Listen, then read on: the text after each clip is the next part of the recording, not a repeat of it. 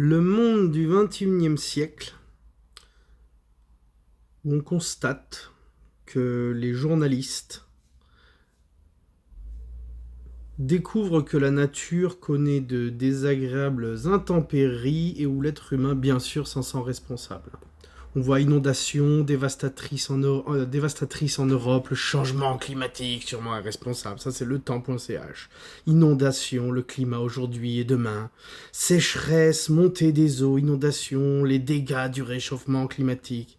Le réchauffement climatique ici chez Libération, le réchauffement climatique en cause dans les inondations, bla bla bla.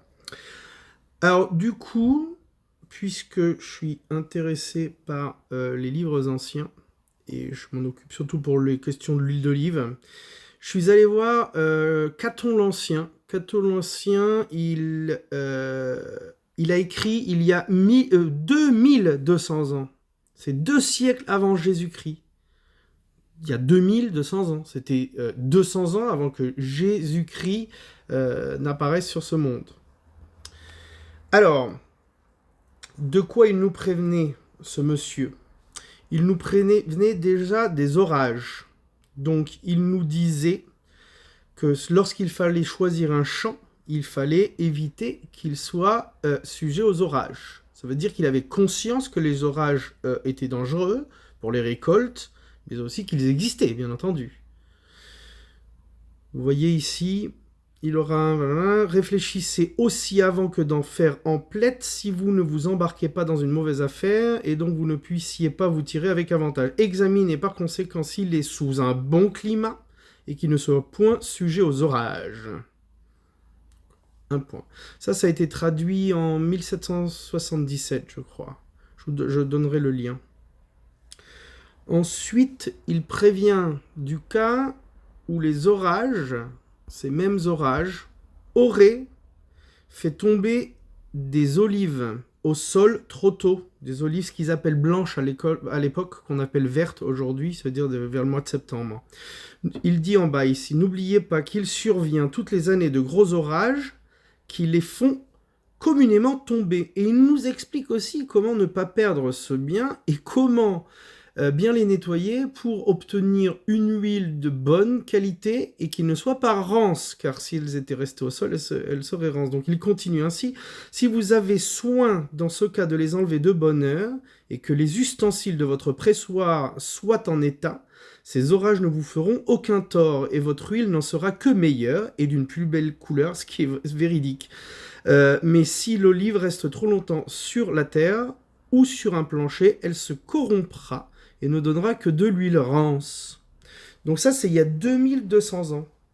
Ensuite, il nous explique aussi comment détourner les champs des pluies en hiver ou lors des moissons des blés.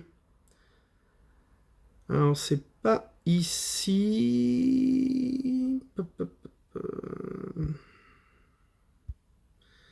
Excusez-moi. Voilà, c'est ici. Il faut détourner l'eau des champs pendant l'hiver. Pour y parvenir, vous creuserez sur les terrains qui les domineront des tranchées bien libres.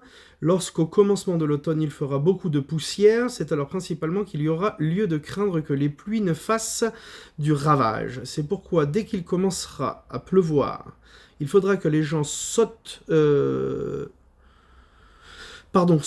avec des fourches et des sarcloirs pour déboucher ces tranchées et détourner l'eau du côté des grands chemins et en garantir les terres labourées en la faisant couler. Vous constatez ici que les F c'est des S en fait, mais quelquefois c'est quand même des F. Lorsqu'il pleuvra dans la métairie, il faudra la visiter partout, donc il vérifie d'aller vérifier les fuites d'eau ici, pour examiner s'il n'y a pas d'endroit par où l'eau filtre.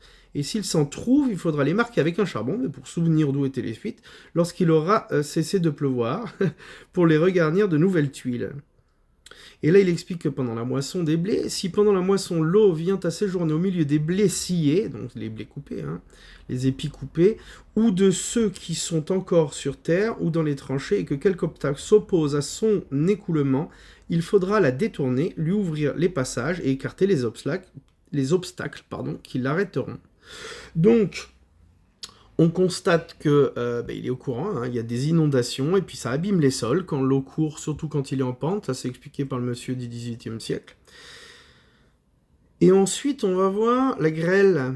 Bon, je n'ai pas tout cherché, mais je me suis posé la question de la grêle. Donc là, c'est assez marrant, il explique... bon, je pourrais le raconter dans une autre vidéo. Mais là, il conseille, par exemple, de semer les fèves dans les terres fortes, bon, et qui ne soient point sujettes à la grêle. Qui ne sont, il écrit à cette époque, qui ne sont point sujettes à la grêle. Donc, voilà, ça fait au moins 2200 ans donc que l'homme a écrit, en l'occurrence ici, Caton dans De Re Rustica, je crois que ça s'appelle. Des choses rustiques. C'était le nom du livre. En plus, on l'a reçu, on a la chance qu'il n'ait jamais été détruit. Il est entier, ce livre. Donc ça fait 2200 ans que l'homme a écrit qu'il fallait se méfier des éléments, hein, des intempéries et tout. Alors maintenant, je vais vous dire, quand j'aurai des doutes sur l'information officielle qu'on me donne aujourd'hui, j'irai demander à mon copain du 2e siècle avant Jésus-Christ ce qu'il en pensait à son époque.